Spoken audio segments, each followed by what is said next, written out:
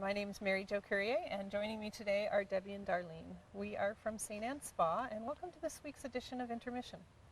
This week we are going to focus in on herbs and herb gardens. Deb, could you tell us a little bit about how to start an herb garden? It depends on your own personal taste and what your expectations are from the plants that you choose, either for culinary reasons or a visual reason, or just to say that you have an herb garden. And in the case of St. Anne's, I know we have several gardens. We happen to be standing beside one large herb garden right now.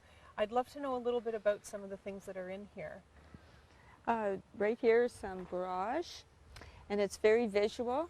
We use it in the skincare line, and it also has quite a cucumber taste to it. It has a very rough texture. That's nice. It does taste like a hairy cucumber. Yeah. And what about this over here? This one is Cary Sage, and it is used in the product line also, and it's very visual. It's past its most beautiful part. And is it something that I could eat? I don't think so. Okay. All right. It's just new. We got that too. Yeah. Just to show the plant that's included in the skincare line.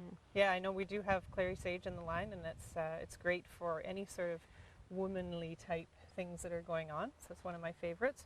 And then this one over here, I was lucky enough to taste this morning. Tastes like licorice. You want to tell me a little bit about this particular plant?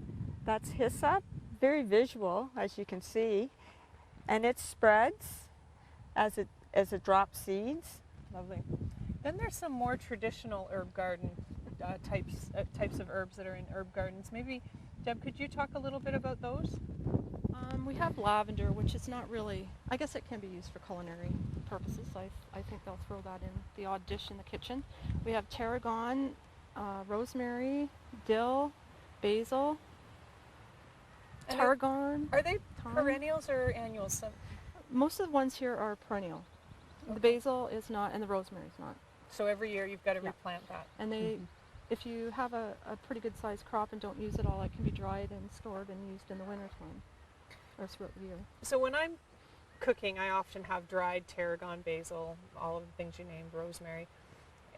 If I want to just come out to my herb garden that I've planted and pick that fresh and cook with it, is that a possibility? That's ideal. That's ideal, so it tastes better than what I'm accustomed For to. sure. Okay. All right. That is all for this week to do with herb gardens. I hope you enjoyed our little tour of the gardens, and we look forward to seeing you next week. Thanks for joining us.